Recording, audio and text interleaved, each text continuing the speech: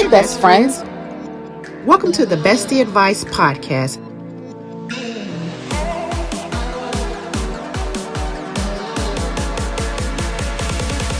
Where we discuss all things relationships.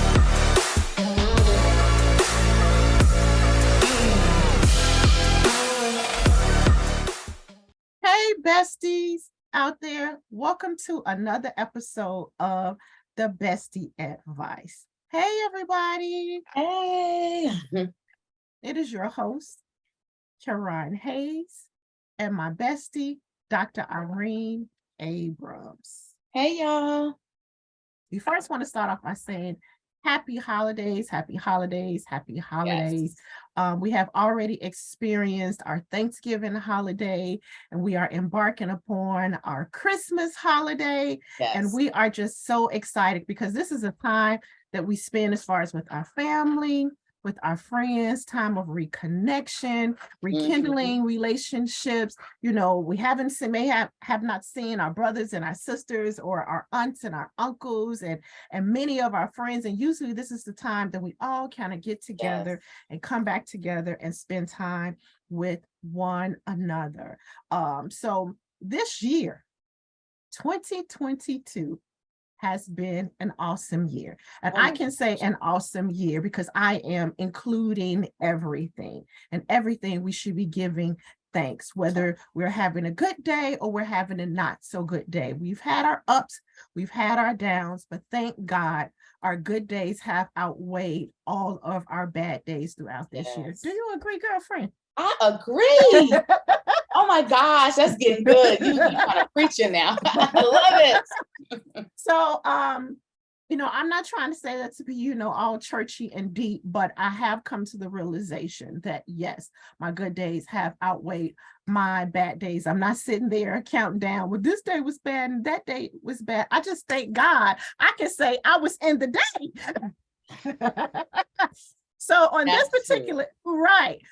particular episode, we just want to share with you all the lessons that we have learned throughout this 2022.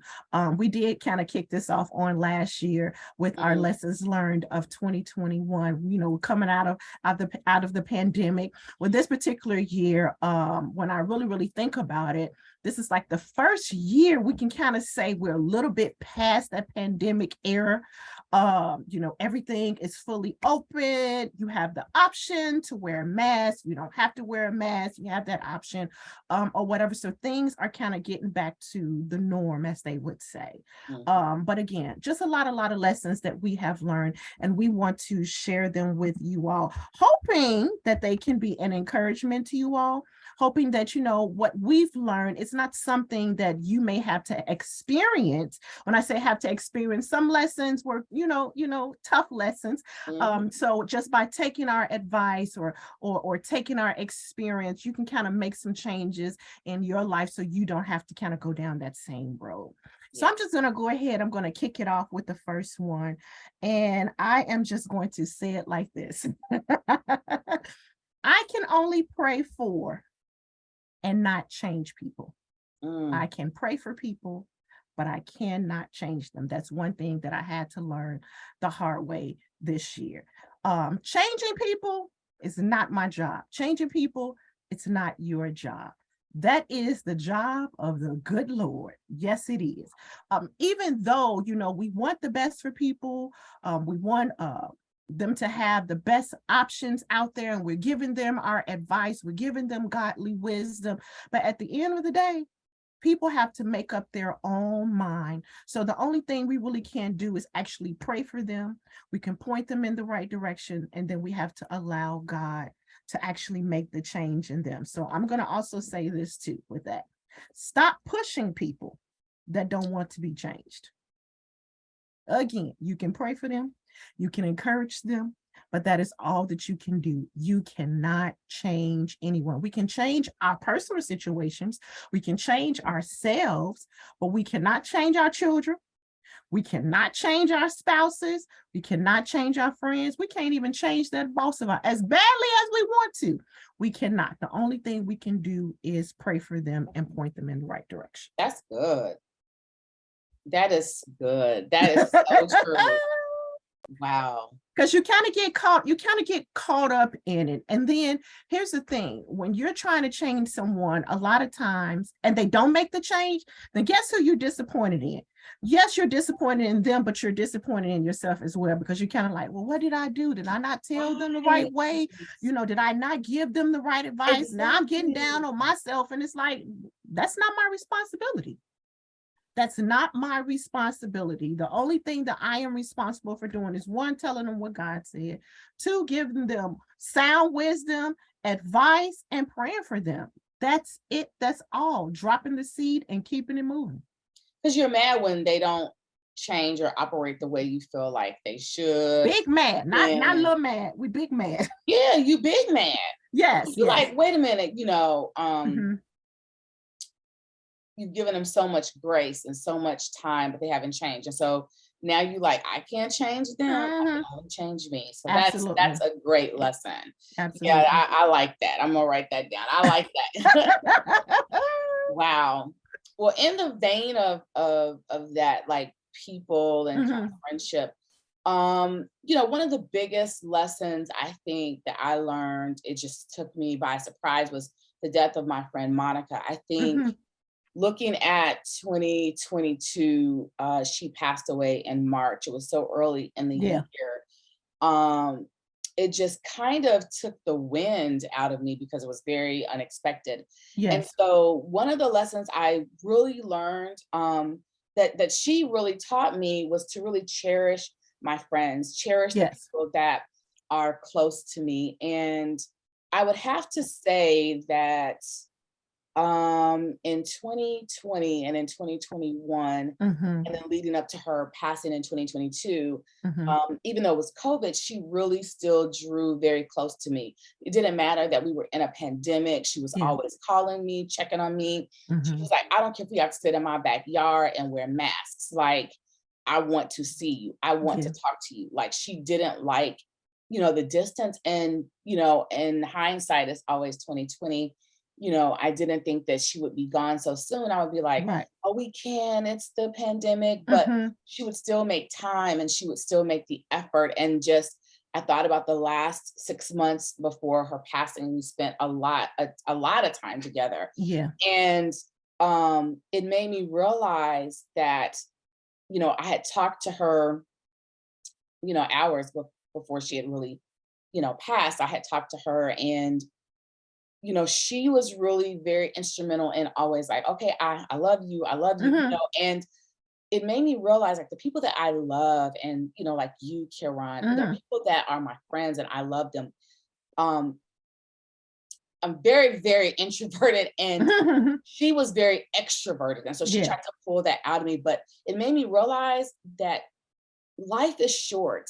And so we should cherish our friendships and spend time with our friends and tell our friends that we love them. And, people that really mean a lot to you, you don't have time to, oh, I'll do it tomorrow. Oh, I'm busy today. Stop then.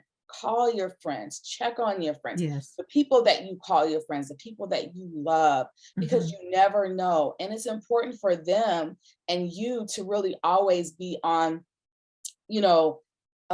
such a good page, for a lack of a better word. And so the good thing about, her passing is that we just loved each other. I knew that she loved me, and she knew that I loved her.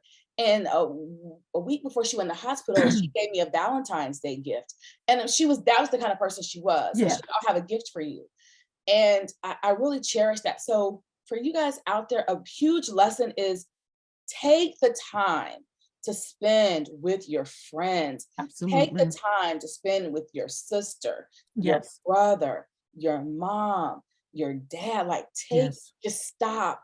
And take the time and be intentional, and don't get off that phone without telling them that you love them. And if you can take the time to spend with them, do it. Like, I love that that Kieran and I, we're very intentional.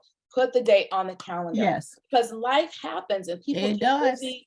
It does. But put the date on the calendar. Like Kieran and I and our families, we had breakfast, and it was so refreshing. Yes. And sometimes you get so bogged up and you're so tunnel vision, focused on life. But it's important to show the people around you that you love them. And so I think because that took the wind out of me, I will never let that happen to me where I don't spend time with the people that matter the most. Because that's all you have is memories. So I want people to remember, like, Irene was too busy to call me. She was too busy to talk to me. She was too busy to go to lunch with me. She was too busy to go to dinner with me. It's like, I really want to be intentional about just spending time with my friends. So take the time with the people that you love and the people that you cherish. And then on the flip side, my second lesson learned is, really being careful about who you spend time with and who you call your friends. When you really look at it, if I'm investing my time, my energy, my money, I don't need snakes around me. I need, hear you. Bottom feeders around me, chickens around me. I need people to match my level. Exactly. I need to be intentional. I want friends that love me genuinely. That can tell me, girl, you go. That can tell me when I'm wrong. Like, hold on, wait a minute. But I don't, if I feel, reel it back in, really don't need to be doing too much. And so I think, it was a twofold lesson. People like Monica, they do not come by very easy. She was a rare gem, right? And so Kiran always says, if you could find you one friend, and I'm so blessed to have several friends. And so it's just important, people, to really go back and look at the podcast that we did on green flags and red flags. Absolutely. And it's a lesson that you can learn, and that your friends that are your ride or dies, hold on to them and show them that you love them. But then be intentional. That negative energy, when people ain't feeling you. I've been so outraged by this Shaquilla Robinson case. I'm so glad they just arrested the first person. She went out of the country with people that she thought she could trust. She thought was her friends. They were plotting against her. And so it just shows that discernment is key, and being prayerful and making sure that the right people, are around you. And so I think my lesson, my 1 and 2 were twofold around relationships. And so that's really what I learned. The top 2 things that I learned this year, Kiran. Yes. And I do want to honor Monica on here. I can really say that Monica was a good friend to Irene. I can say that. Now, it takes a lot to get into Irene's, inner circle. Irene is a very, she's a people person. She might not think that, but she's a people person. People draw to her, like they easily draw to her. She has such a sweet spirit, but trying to get in, it's like, pump your brakes. You trying to come too far.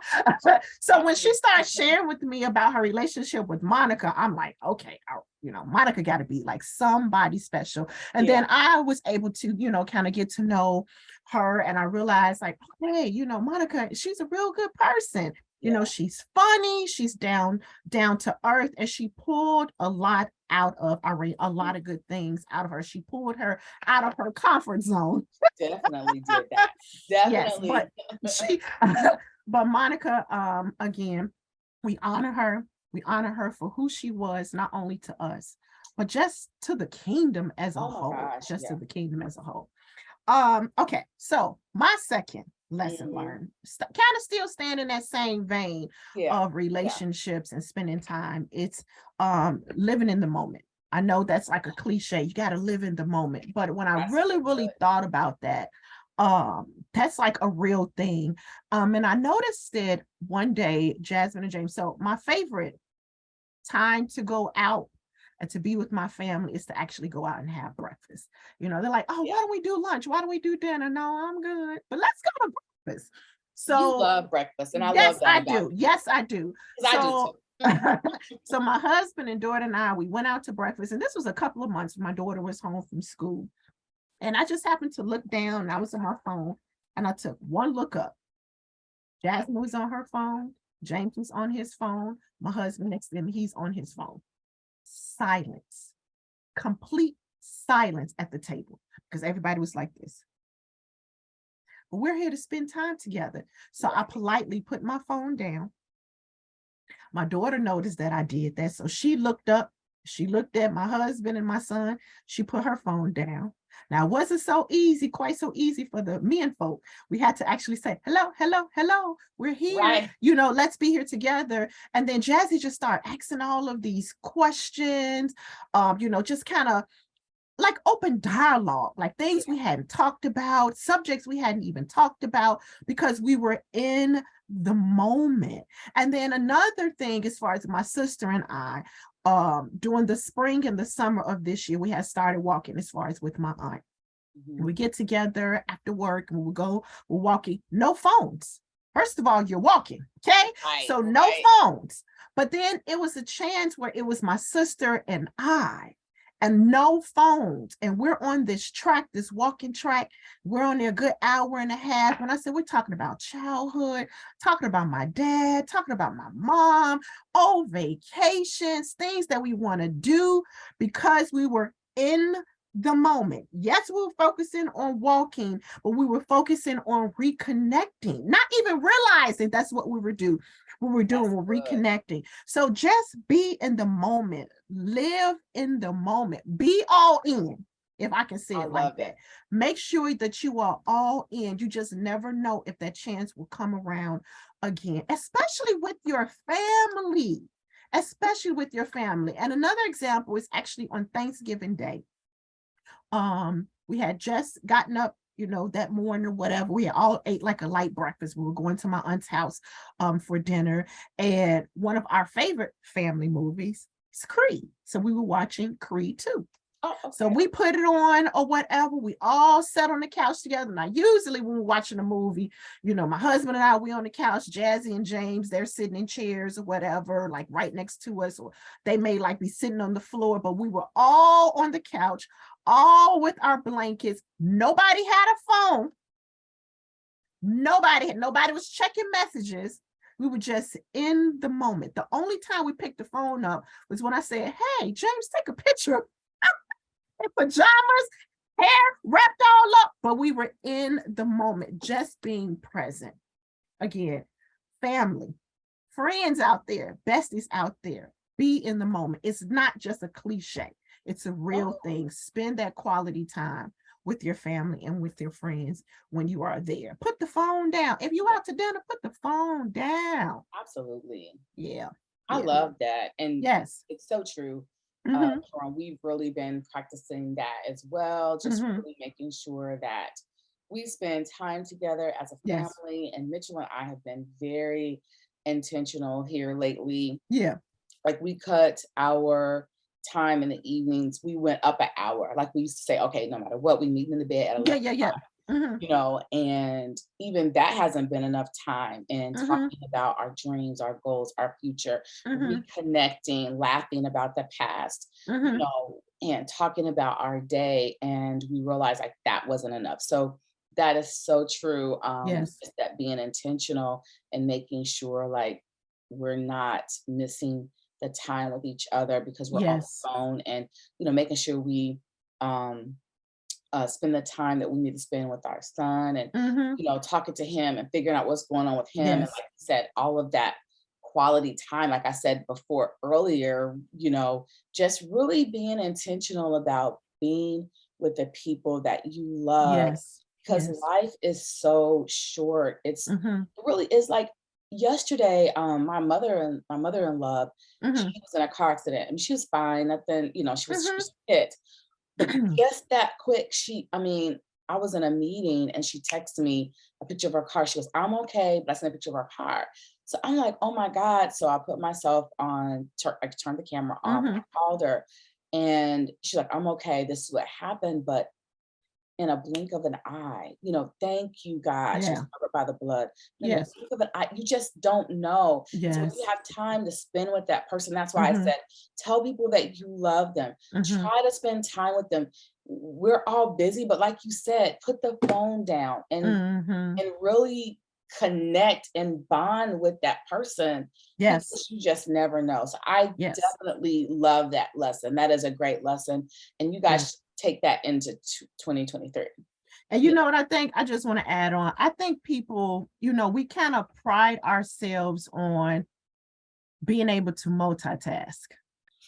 So a lot of times, that's what we're doing. It's like, oh, I'm watching TV and I'm writing a grocery list. Now, I should be watching I said I was going to watch TV. Let me sit down and watch, but I'm here.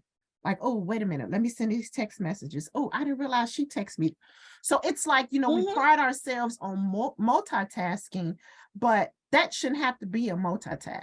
Right. When we're with our family. That's just a task. Right. The task is spend time with the people that you're around at that particular time. I love that. Yeah. I do. Another lesson that I learned was sometimes just be quiet. Everything doesn't deserve a response. You don't have to say everything that you're thinking, everything that you're feeling. Just be quiet. Yeah. And sometimes for me, I am very much like a solution-driven person. Like, I'm talking to people, I'm like, what are we solving for?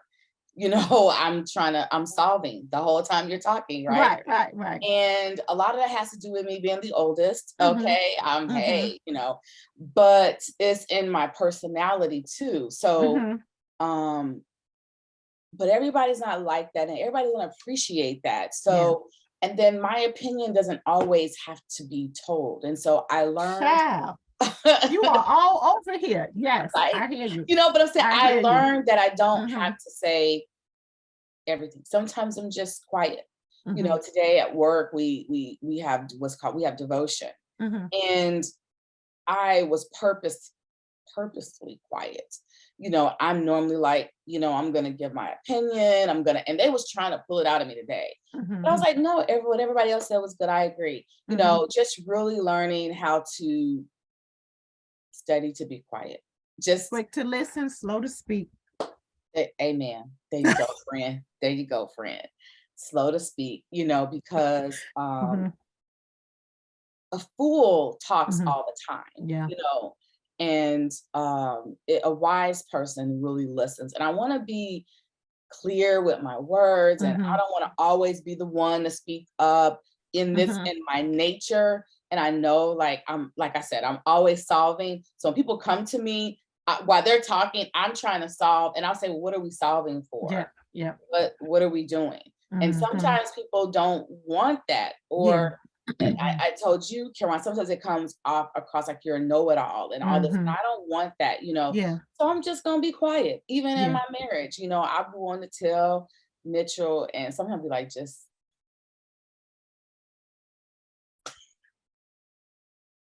I'm right. Okay. Yes. Yep. I'm good, and so I think that it takes great restraint sometimes. It does. But it shows wisdom. And I don't want to be a fool, as the Bible is what the Bible is saying. Yes. I want to use wisdom. I want to be wise. So when I do speak, people want to hear what I have to say, and it's wisdom. That's good. It's just not foolishness. So that's good. So yeah. That's my lesson in 2023. No. I'm talking so much. No, it's funny because one of mine was, I don't always have to give my 2 cents. See? Because it's like, you feel like, well, they need to know this. Well, you need to know exactly how I feel.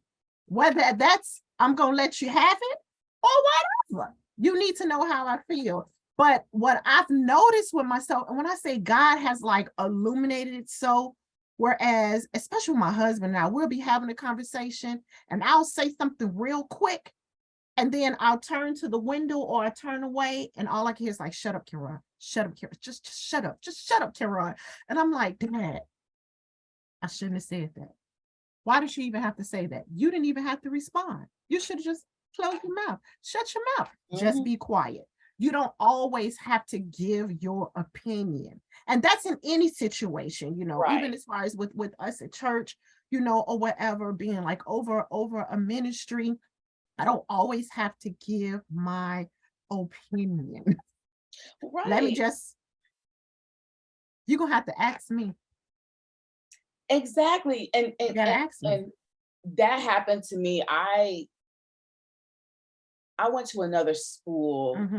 A group of us had to go to another school to, we was helping them with their accreditation. And so I went, and it was a group of us, and then it was people from different schools, but it was a group from my school. But anyway, we went, and it was only like maybe one or two other people that came with me that looked like me. Everybody else looked different. Yeah. And so they was talking or whatever, and I was initially, because they had brought me on as the curriculum specialist. And so when they started talking about it, and I initially was going to interject and say, oh, well, but I didn't say anything. I let the conversation play out. I didn't speak on it. I didn't say anything. And when we got down to it and we started working, they said, oh, some girl that's supposed to be here, that's a curriculum specialist. I don't know, who she is. They were looking at the sheet, and they said, Irene or something. And so my coworker said, Dr. Irene Abrams. I'm like, yeah, where is she at? I was like, oh, that's me. They said, oh, we didn't know you haven't said anything. Right, because I wanted to hear what they had to say, and they, of course, it was all wrong. I'm thinking, but I didn't say anything. Right. I was just silent the whole time. They said, oh, well, you just let us go on and on and on. I said, oh, it's okay. I just was listening because I just wanted to know where you guys needed me to start. I left it like that. Yeah. And that was one of the times where, I listened to Holy Spirit. Like, you don't have to say nothing. You don't have to say your name. You don't have to say your degree. You don't have to say why you're here. Just be in the room. Yeah. And that's why, I realized more and more, God's word, it means so many different things. It's so complex. And, but when he reveals different layers of his word, like when he said, my gift will make, your gift will make room for you. Your gift will make room for you. Your gift will make room for you, and so many times I didn't have to say what my gifts were. I was quiet, right. And the gift made room for me. Yes. And, but like you said, you don't always have to put in your 2 cents. I want to give 3 or 4 cents, but I'm choosing to be quiet. Yes. I heard this prophet say, it was her season to study to be quiet. And I didn't get it at first. She said about 4 years ago. And I heard it in my sleep, study to be quiet. And I said, okay. And then the Lord had me reading Proverbs about a fool, talks all the time. I'm like, I don't want to be no fool, Lord. I'm going to shut up.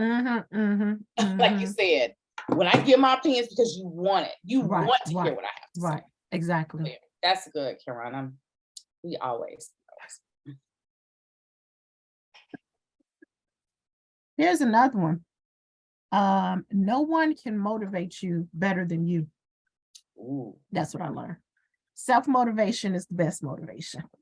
That's good. So even, you can have people around you that's saying you can do it, you can start it, you can stop it, you can go back, whatever the case may be, you're still young enough to get married, you're not too old to have a baby, whatever it is, you have people around you that can motivate you.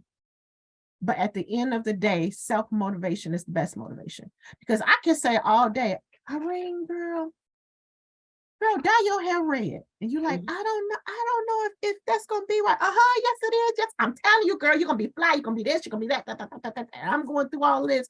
And you're like, okay.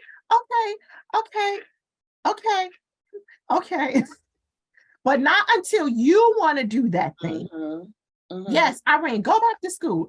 Get you another PhD. And you're like, okay. Oh, see, look at you. Okay, you can do it. You have the capacity. Okay. But not until you say, I'm going to go ahead and go back to school and get my second doctorate. You actually have to say that. And then you're able to motivate yourself. So again, self-motivation is the best motivation, because you're encouraging yourself. So after everyone stops saying it, you'll still keep going, because it's what you want to do.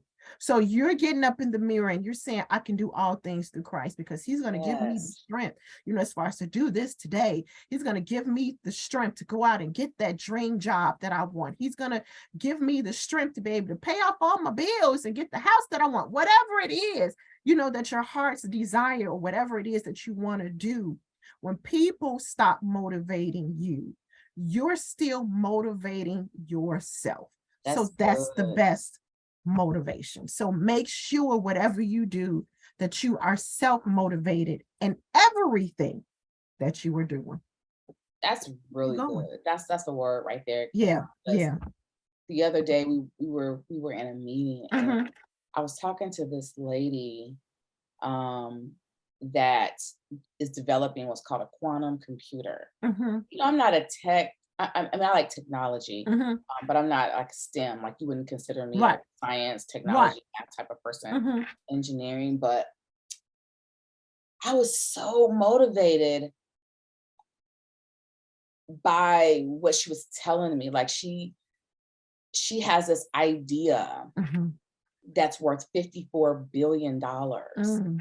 And so when we were talking, I was so charged at this Black woman, who's so smart and so wise. And I was like, Lord, and I was thinking about, how did she get to this point? And it's what you said. She was self-motivated. There's not a lot of us in technology. There's not a lot of us in science and math, and not a lot of us that are engineering. She was self-motivated. When she was saying, I was in the room with people that didn't look like me. People told me, we're not good at math and science. Totally false. I did all kinds of research on that. That's not true. We are, but in order to get to that place, you have to be self-motivated. When I decided to go back to school, people try to talk me out of it, but I wanted to do it. When I want to switch careers, people try to talk me out of it, but I wanted to do it. So like you said, people will, you can only listen to people so much. Like you said, when you get it in your heart that that's something that you want to do, all the time people try to lose weight, and they get personal trainers, they get coaches. Yes. And they will hold you accountable, but until you get that thing in your spirit, like, I have to lose weight, then you lose weight. That's so I get it. I really get it. You have to have self-motivation. And you can bring in an accountability coach to help you when there are days when you're not as disciplined, or you feel a little down. Say, hey, come on, girl, you can do it. But if you got to get that thing in your spirit. So I agree. Absolutely. And here's another example. It goes back to a couple of years ago, but I remember when it came to me writing my book. Now, you had said it to me, like, Karan, no, I think you should be writing a book. My sister was saying the same thing. I mean, for years, you all were saying this, but it actually had to take me in 2019 and the beginning of 2020 to say, I'm going to do this. Even though you all were right there saying, like, yeah, you should do this. Yeah, you do. I remember Stephanie, she sent me a email, not a text message, an email. I think maybe 2014, she sent an email. It was like, yeah, I don't know where this is coming from. It was God, but she's like, I don't know where this is coming from, but I think you should be writing a devotion. Random, but I don't think so. I shared that with you. You were saying the same thing. And maybe, every now and then throughout the year, you all might say something. I'm like, yep. But then it had to take me. Once I wrapped my mind around it, nobody could stop me. When I say working on it all day, all night, praying about it, like what are my chapters going to be? What am I putting in the chapters? What am I going to say as far as to the people? What is the purpose of my book? Once I wrap my mind around all of that, it was no stopping me. Your book is good too. No stopping me. Thank you. It's good. To God be the glory. To God be the glory. Y'all better get that book now, because it's good. Because Karan, you're wise. You're wise beyond your years. You're young, and you have all this wisdom, and the nuggets and things that you share. And it's even more books in you. You and your husband. You guys are very wise people. And I think that, you know, people definitely gravitate to you and him as well. So I think that, you know, what Stephanie and I and other people saw, they just saw that the people need to hear your voice and people need to hear what you have to say. So definitely. Yeah. The book is good. That's self-motivation, y'all. So I hope her book is still available. Y'all need to get it. We probably could drop the link in this video. So I can go to her store and order the book. It's really good. It's good. Yes. You know, kind of. Thanks for joining us today. See you next time.